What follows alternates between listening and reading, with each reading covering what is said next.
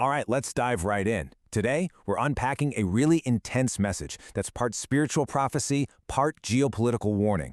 It's a vision that lays out some pretty stark choices for all of humanity, with consequences that could literally change the world. You know, at the very heart of all this is one huge provocative question.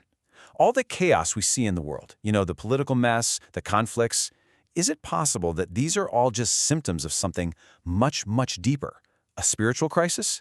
That's the lens we're going to be looking through today. Okay, so here's our game plan. We'll start with the diagnosis of why the world is in such a chaotic state. Then we'll get into a critique of modern religions. From there, we're going to look at some very specific warnings for countries like Iran and China before uncovering the proposed path forward, and we'll wrap up with the final, ultimate choice that's being put to all of us. So, first up, what's the current assessment of where we all stand? Well, according to this material, the planet isn't just going through a rough patch. No, it's on the absolute verge of a major disaster, and it's all being driven by a total breakdown in leadership.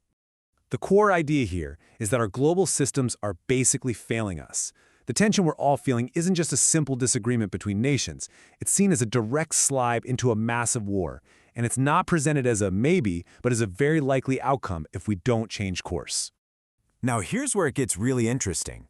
The root cause isn't blamed on the usual suspects, like economics or political squabbles. The claim is that the real problem is a kind of spiritual deafness, that the people in charge have just lost their connection to any kind of higher guidance, and that's why they can't lead us out of this mess.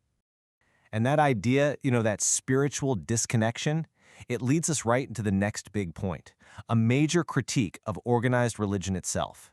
The argument is that many of the world's biggest faiths have just wandered completely off track from what they were meant to be. So this brings us to a really important term, formalized religion. Think of it like this. The speaker is describing faiths that have become empty shells. They've got all the rituals, all the buildings, all the rules, but the actual life, the spirit, the soul of what the founder originally taught, that's gone. And this comparison just lays it all out, doesn't it? On one side, you have what are described as the original teachings, all about peace, tolerance, and your own personal growth. But on the other side, you have what's being called modern fundamentalism, which is all about conflict, control, and just a bunch of rigid external rules. Now, there's a really specific and urgent call for reform here, aimed directly at Islam. The message isn't throwing out the whole faith, not at all. It's a warning that the fundamentalist take on it is a corruption, one that's leading people down a really destructive road, and that it has to be changed from the inside. Okay, so we've covered the spiritual side. Now let's pivot to some hardcore geopolitics. The source delivers some incredibly direct warnings to two huge world powers, basically telling them that the choices they make right now will seal their fate. The first big warning goes to Iran, and it's presented as this incredibly high-stakes moment, a choice between two totally different futures. I mean, it doesn't get much more explicit than that. The source is begging Iran to stop its nuclear program, saying that going down that road will lead straight to total destruction. And it even draws a direct comparison to what happened in Iraq. So, the choice is laid out plain as day.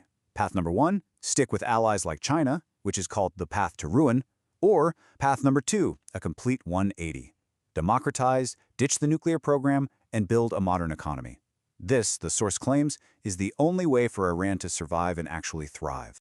And this message about China, it goes way beyond just Iran. It's a much bigger critique of China's economic power.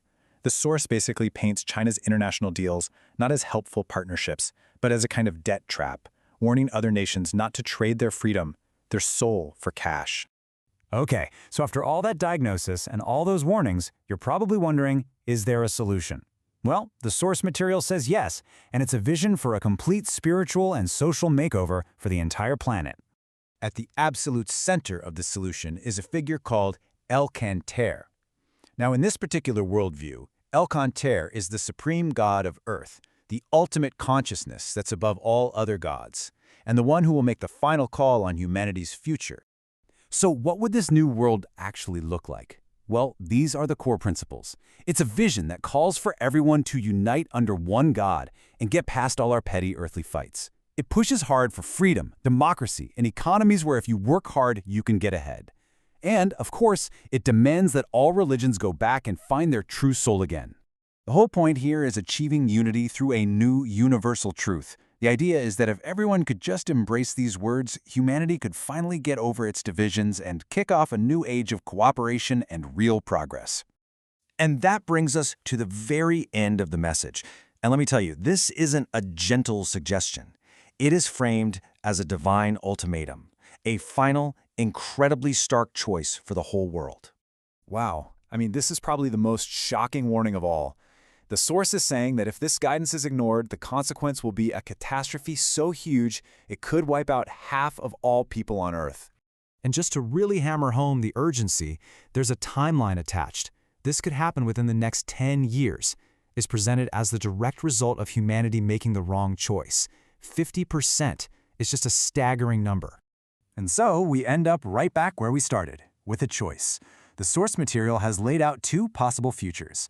One is this new path of spiritual unity and freedom. The other is a truly dire fate of war and devastation. So the ultimate question it leaves us with is, which path is humanity going to choose?